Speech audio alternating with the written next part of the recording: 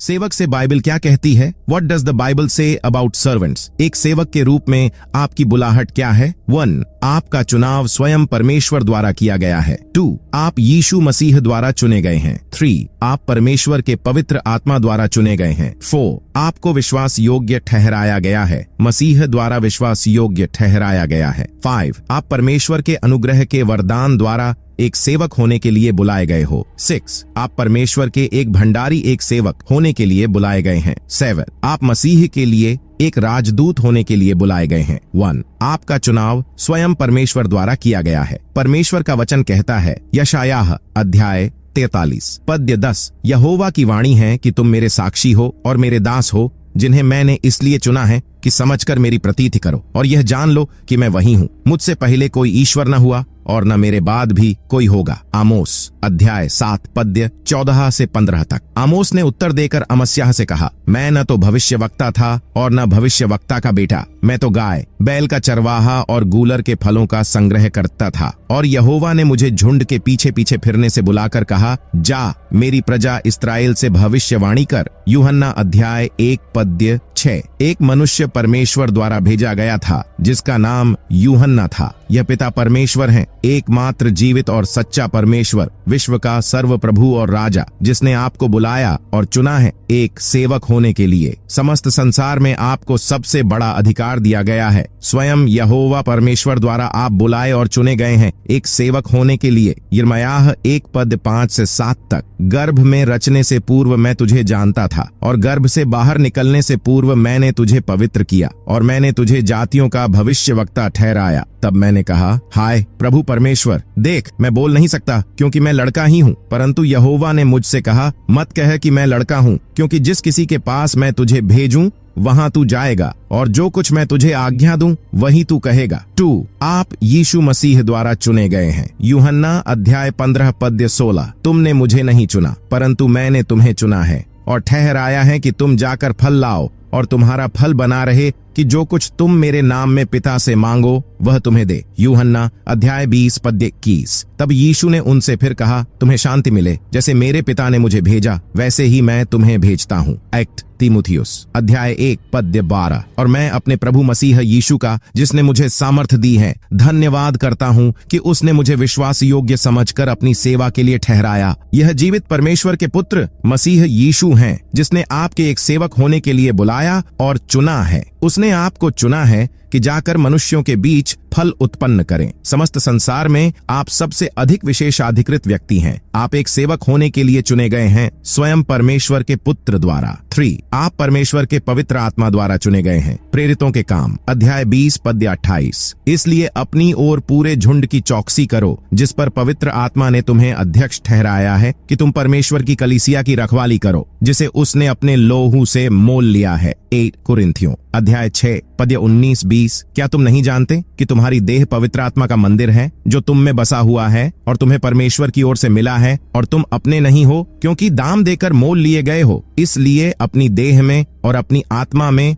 जो परमेश्वर के हैं परमेश्वर की महिमा करो। यह परमेश्वर का पवित्र आत्मा है जिसने आपको एक सेवक होने के लिए बुलाया है। आपको उसने चुना है जिससे कि वह आपके भीतर वास करे। आपको चुना है उसका औजार, उसकी वाहिका, उसका व्यक्ति होने के लिए, जिसके द्वारा वह पृथ्वी पर जी सके और कार्य कर सके। पवित्र आत्मा आपके शरीर और जीवन का उपयोग करना चाहता है, यह दर्शाने के लिए कि एक व्यक्ति को पृथ्वी पर किस प्रकार जीना है। पवित्र आत्मा आपको मसीह की समानता में बनाना चाहता है। जगत के लिए आपको एक नमूना बनाना चाहता है, एक नमूना कि किस प्रकार परमेश्वर चाहता है कि लोग जिए, सब पवित्रता और धार्मिकता में। पवित्र आत्मा आपका उपयोग करना चाहता है यीशु मसीह के महिमामय सुसमाचार का प्रचार करने और शिक्षा देने के लिए। समस्त संसार में आपको सबसे महिमामय विशेषाधिकार दिया गया है। आप परमेश्वर के पवित्र आत्मा द्वारा बुलाए और चुने गए हो। आपको उसी प्रकार जीने के लिए बुलाया गया है जिस प्रकार मसीहा जीता था, एक पवित्र और धर्मी जीवन। और आप बुलाए गए हैं मसीह के सुसमाचार का प्रचार करने के लिए,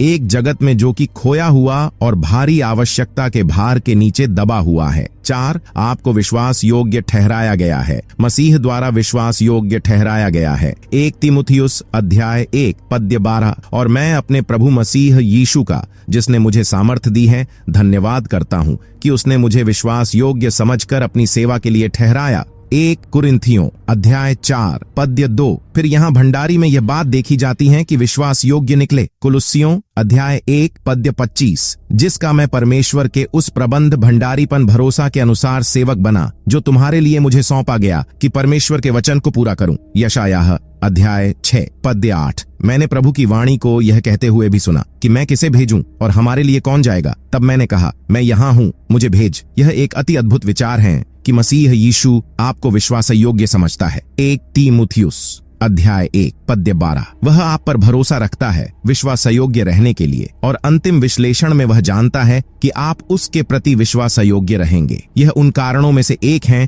जिसलिए उसने आपको चुना है और सेवकाई में रखा है। सामर्थ दी वचन पर ध्यान दें। इसका अर्थ बल और शक्ति है। आपकी सेवकाई की सामर्थ मसीह से आती है। सेवा करने और सब पर विजय पाने के लिए मसीह आपको सामर्थ देता है। आपको सदा यह स्मरण रखना है, चाहे जिसका सामना आपको करना पड़े या कितने नीचे आप गिर जाएं, मसीह आपको विश्वास योग्य समझता है। मसीह जानता है कि आप उठोगे और नए जोश से फिर से सेवा करना आरंभ करोगे। यही कारण है कि मसीह ने आपको बुलाया है, क्योंकि अंतिम विश्लेषण में आप विश्वास योग्य रहोगे। इसे आप कैसे जान सकते और इसके विषय में कैसे विश्वस्त हो सकते हैं? क्षमा और मसीह की सामर्थ और विश्वास योग्यता के कारण मसीह आपको उठाएगा। इसलिए जब आप गिरते हो तो आपको उठकर मसीह की क्षमा को खोजना है और मसीह के बल और सामर्थ में फिर से चलना है। 5, आप परमेश्वर के अनुग्रह के वरदान द्वारा एक सेवक होने के लिए बुलाए गए हों। इफिसियों अध्याय 3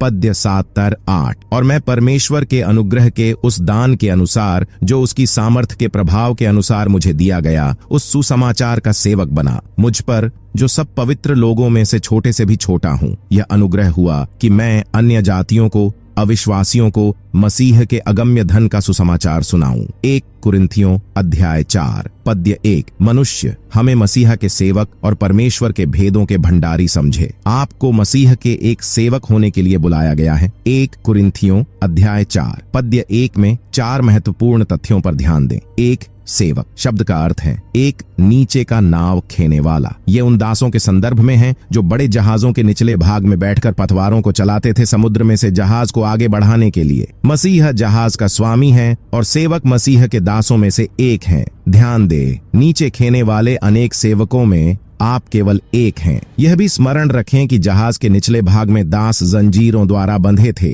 उनको जहाज के स्वामी की सेवा करने के अतिरिक्त और कुछ करने की अनुमति नहीं थी। आप मसीह के एक बंधक दास हो। आपका अस्तित्व केवल स्वामी के लिए खेने के लिए है। आप किसी अन्य की सेवा नहीं करते और न कर सकते हैं। 2, परमेश्वर ने आप पर अपने अनुग्रह को निछावर किया है और आपको एक सेवक बनाया है। इफिसियों अध्याय 3 पद से 7-8। परमेश्वर ने आप पर दया की है और आपको अत्यधिक क्षमा किया है। आप अपने जीवन के लिए परमेश्वर के आर्नी हैं, मसीह के अगम्य धन का प्रचार करने के लिए। किसी भी व्यक्ति को इससे बड़ी बुलाहट और विशेषाधिकार नहीं दिया जा सकता है। 3, आपकी महानतम महिमा परमेश्वर की बुलाहट और परमेश्वर का कार्य है। यह अवश्य ही पौलुस के विषय में सत्य था। इफिसियों अध्याय 3 पद 7 से 8 तक पौलुस ने सेवकाई के सम्मान को देखा, परमेश्वर द्वारा विशेष रूप से चुने जाने के सम्मान को। विलियम बार्कले दर्शाता है कि पौलुस के लिए सेवकाई एक ज्वलंत विशेष अधिकार था। पौलुस को एक सेवक होने के लिए परमेश्वर को आग्रह नहीं करना पड़ा। किसी को भी आग्रह नहीं करना पड़ा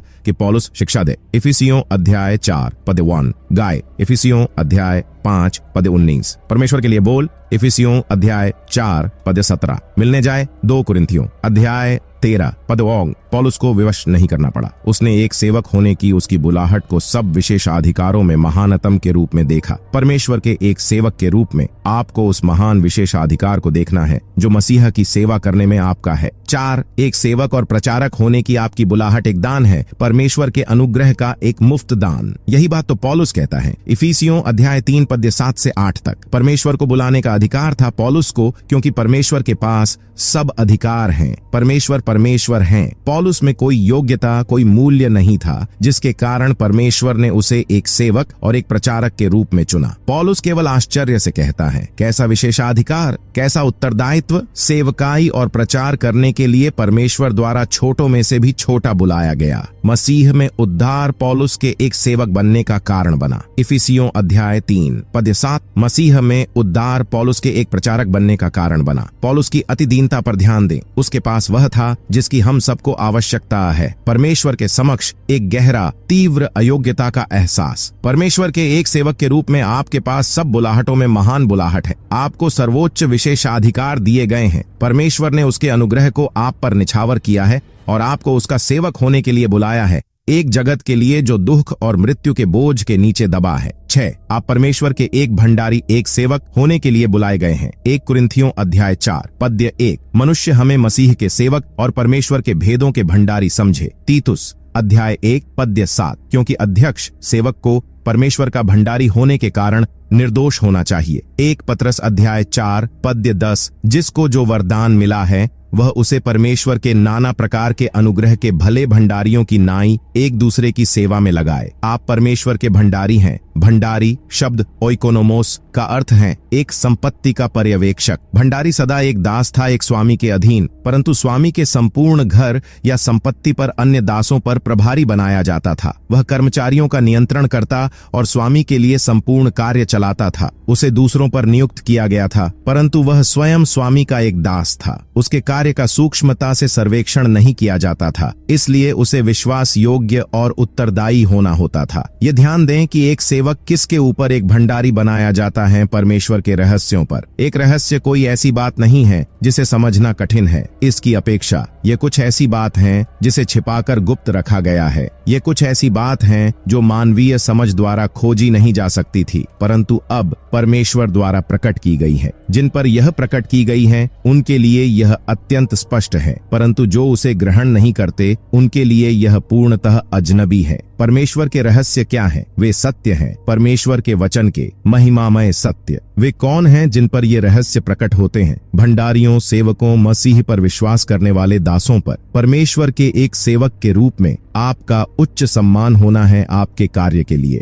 आप परमेश्वर के केवल एक दास हैं, परंतु आप वह दास हैं जिसे परमेश्वर ने उसके घराने पर, उसकी कलीसिया और उसके लोगों पर भंडारी बनाया है। परमेश्वर द्वारा आपका सम्मान किया गया है। आपको परमेश्वर के अविनाशी रहस्यों के लिए, परमेश्वर के पवित्र वचन के महान सत्यों के लिए उत्तरदायी बनाया गया है। आप पैसे या संपत्ति जैसी नाशमान वस्तुओं से नहीं निपटते, परंतु स्वयं परमेश्वर की अनंत बातों से, उन अनंत सत्यों से जिनको परमेश्वर चाहता है कि संसार पर घोषित किए जाएं। 7। आप मसीह के लिए एक राजदूत होने के लिए बुलाए गए हैं। 2 कुरिन्थियों अध्याय 5 पद्य 18-21। और सब बातें परमेश्वर की ओर से हैं, जिसने मसीह के द्वारा अपने साथ हमारा मेल मिलाप कर लिया और मेल मिलाप की सेवा हमें सौंप दी है। अर्थात परमेश्वर ने मसीह में होकर अपने साथ संसार का मेल मिलाप कर लिया और उनके अपराधों का दोष उन पर नहीं लगाया, और उसने मेल मिलाप का वचन हमें सौंप दिया है। सो हम मसीह के राजदूत हैं। मानो परमेश्वर हमारे द्वारा समझाता है, हम मसीह की ओर से निवेदन करते हैं कि परमेश्वर के साथ मेल मिलाप कर लो। परमेश्वर ने आपको जगत के लिए उसका राजदूत होने के लिए बुलाया है। उसने आपको परमेश्वर के संदेश को जगत को देने की सेवकाई दी है, जो कि मेल मिलाप का संदेश है। इससे बड़ी बुलाहट कभी भी नहीं दी जा सकती। इससे उच्चतर पद कभी भी रखा नहीं जा सकता है। 2 महत्वपूर्ण बिंदुओं पर ध्यान दें। 2, आपको सर्वोच्च पदवी दी गई है। आप मसीह के राजदूत हैं। राजदूत प्रेस्बियोमेन वह व्यक्ति हैं जो भेजने वाले का प्रतिनिधित्व करने के लिए एक शासकीय दूत के विषय में भेजा जाता है और भेजने वाले के संदेश की उद्घोषणा करने के लिए। राजदूत के विषय में 4 बातें सदा सत्य हैं। आप उसके हो जिसने आपको भेजा है।